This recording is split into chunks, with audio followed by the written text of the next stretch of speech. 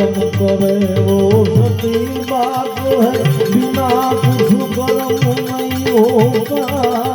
विधाता ये लेख लिखाओ, वो नहीं कर सकता। विधाता ये लेख लिखाओ, वो नहीं कर सकता।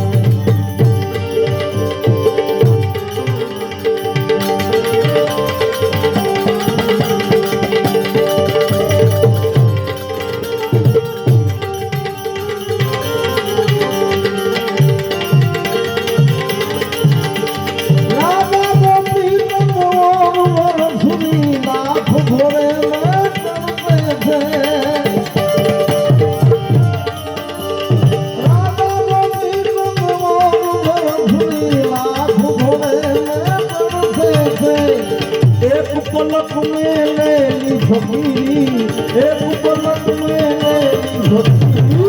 देखो लाख लाख कर्म करे वो सच्ची बात है, बिना कुछ कर्म नहीं होगा। विधाता ये लेख लिखाओ, ताया वो नहीं कर सकता भाई, ताया वो नहीं कर सकता।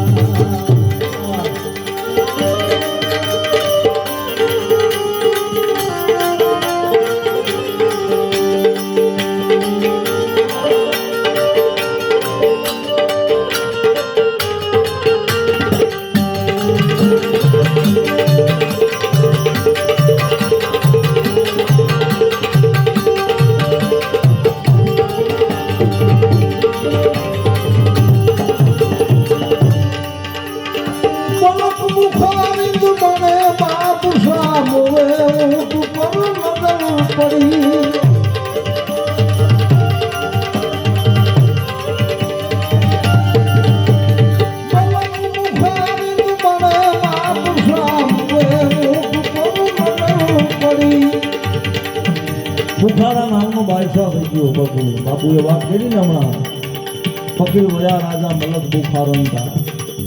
આવી જેની પાસે સંપત્તિ હતી બાપુ. મલક બુખારી બડે બાદશાહ મુએ ઊંટ પર નજર પડી. મરેલો ઊંટ જોયો, આખી સેના આમ ઘાયલી જાતી હતી.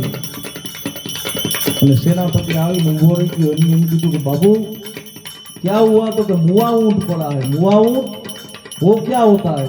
उसे बोलो जहाँ पना की सवारी आ रही है उठ जाए। आने की तो बापू वो नहीं उठ सकता। तो कि क्यों?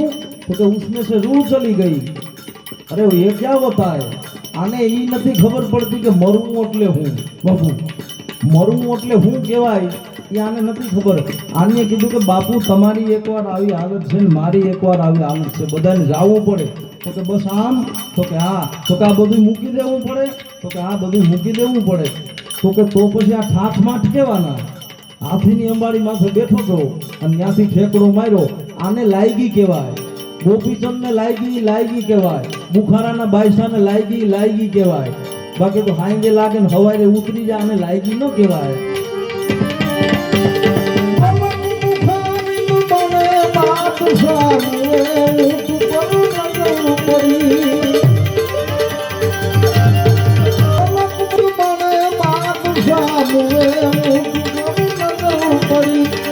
एक पलक में ले ली फकीरी, एक पलक में ले ली फकीरी।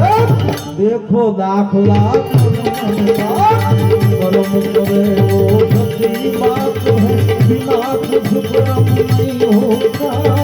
विधाता ये लेख लिखाओ, ताया वो नहीं कर सकता भाई, ताया वो नहीं कर सकता।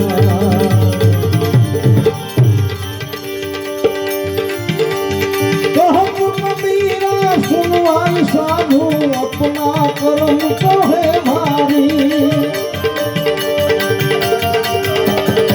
बहुत कबीरा सुनवाई साधु अपना कर्म तो है भारी।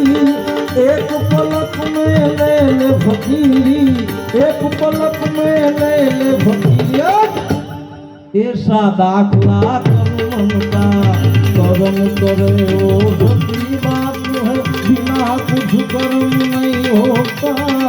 વિધાતાએ રે ફૂલ ખાવો તાળાઓ નંતર સપતા ભાઈ તાળાઓ નંતર સપતા ભાઈ તાળાઓ નંતર સપતા